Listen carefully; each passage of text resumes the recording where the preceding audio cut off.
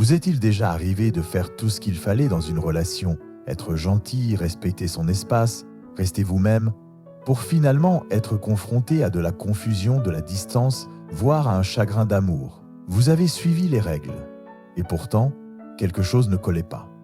Et si ces règles que vous avez apprises n'étaient pas seulement imparfaites, mais qu'elles vous empêchaient d'accéder à la connexion que vous désirez tant? Commençons par une vérité dérangeante. Ce que la plupart d'entre nous avons appris sur l'attraction ne repose pas sur une réelle compréhension, mais sur une illusion. Aujourd'hui, les rencontres ne sont pas simplement un jeu, elles sont un miroir. Un reflet de nos blessures inconscientes, de notre besoin de validation et de nos schémas émotionnels hérités sans notre consentement. Sous chaque interaction se cachent des dynamiques psychologiques et des forces archétypales dont nous n'avons même pas conscience. Tant que nous ne les voyons pas, elles nous contrôlent. L'homme moderne est perdu dans le bruit. On lui dit de plaire, de courir après l'amour, de séduire par la performance. Mais ceux qui captent l'attention sans bruit, ceux qui ne mendient pas l'amour, mais vivent avec un but, ces hommes-là fonctionnent autrement.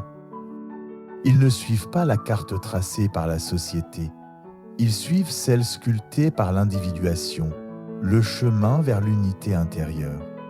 Et ce chemin exige de confronter l'ombre, ces parties de nous que nous cachons, réprimons ou nions, surtout en amour.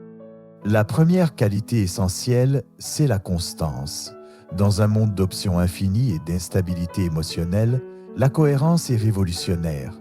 Pas une rigidité inflexible, mais l'ancrage d'un homme aligné intérieurement.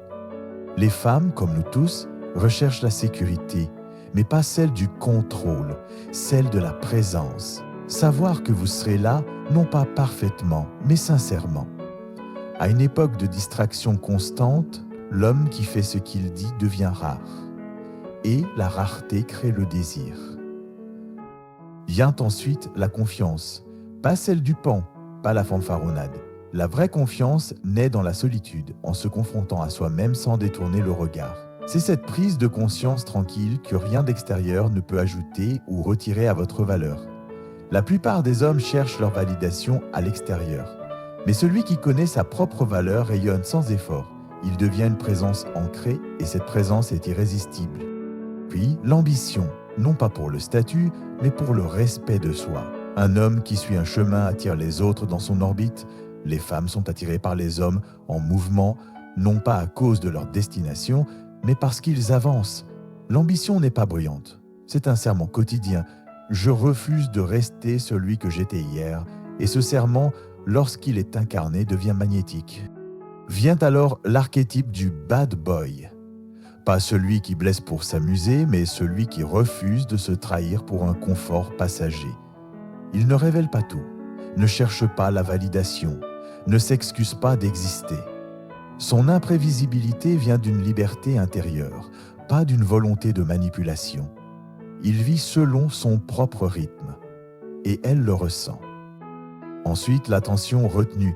Dans un monde noyé sous l'affection artificielle, l'attention a perdu de sa valeur. Mais lorsqu'elle est méritée, lorsqu'elle est offerte en pleine conscience, elle redevient sacrée. Si votre attention est toujours disponible, elle devient banale.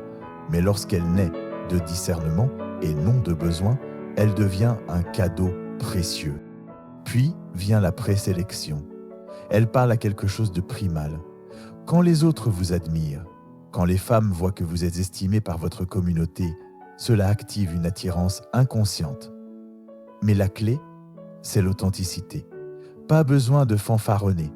Il suffit d'être vu dans votre élément, entouré de ceux qui reflètent votre valeur. La masculinité, alors, n'est pas une domination, c'est une souveraineté émotionnelle.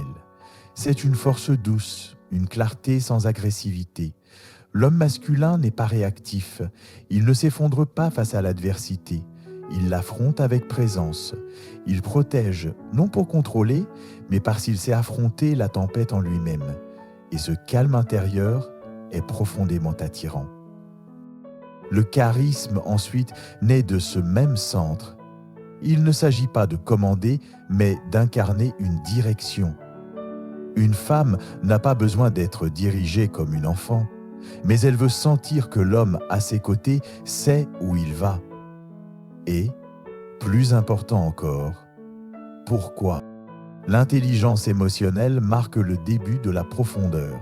La plupart des hommes veulent réparer, très peu savent ressentir. Mais la vraie présence ne consiste pas à la résoudre, c'est la comprendre.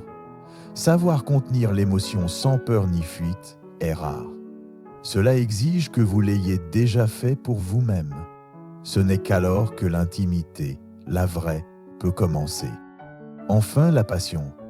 Pas une passion de façade. Pas ce que vous prétendez aimer pour attirer l'attention. La vraie passion est une force vitale. Quelque chose que vous poursuivriez, même si personne ne regardait. Les femmes ressentent cette vitalité.